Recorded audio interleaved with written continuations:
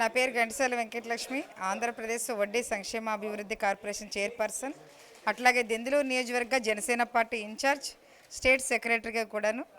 గత 10 ఏళ్లుగా కూడా నేను జనసేన పార్టీలో పవన్ కళ్యాణ్ గారు వెంటే ఉంటూ ఆయన 10 మంది సభ్యుల్లో ఒక స్టేట్ సెక్రటరీగా కూడా నేను పనిచేస్తున్నాను. బీసీలకు కూడా ఒక మహిళగా నాకు మంచి అవకాశం పవన్ కళ్యాణ్ గారు 2019లోనే నాకు అవకాశం ఇచ్చి అప్పుడు ఎమ్మెల్యేగా కూడా పోటీ చేయించే అవకాశం ఇచ్చారు. అలాగే ఇప్పుడు కూటమి ప్రభుత్వంలో కార్పొరేషన్ చైర్పర్సన్గా కూడా ఉన్నాను. ఈ రోజున వైకే టీవీ ఛానల్ ద్వారా ప్రత్యేకంగా మా జనసేన పార్టీ తరపు నుంచి ఒక బీసీ బిడ్డగా బీసీ సభ్యులందరి నుంచి కూడా వాళ్ళకి ప్రత్యేకంగా అభినందనలు తెలియజేస్తున్నాను. ఎందుకంటే ఒక బీసీల మనోగతాన్ని ఇంతకుముందు చెప్పినట్టుగా బీసీలు అణగారిన కాదు అణిచివేయబడిన, ఇప్పుడు మనం ఎవరం కూడా అణచివేయబడే వాళ్ళమే కానీ అణగారిన వర్గాలుగా మనం ఏనాడు పుట్టలేదు. అది ఆది నుంచి కూడాను మనం అణచివేయబడుతున్నాము.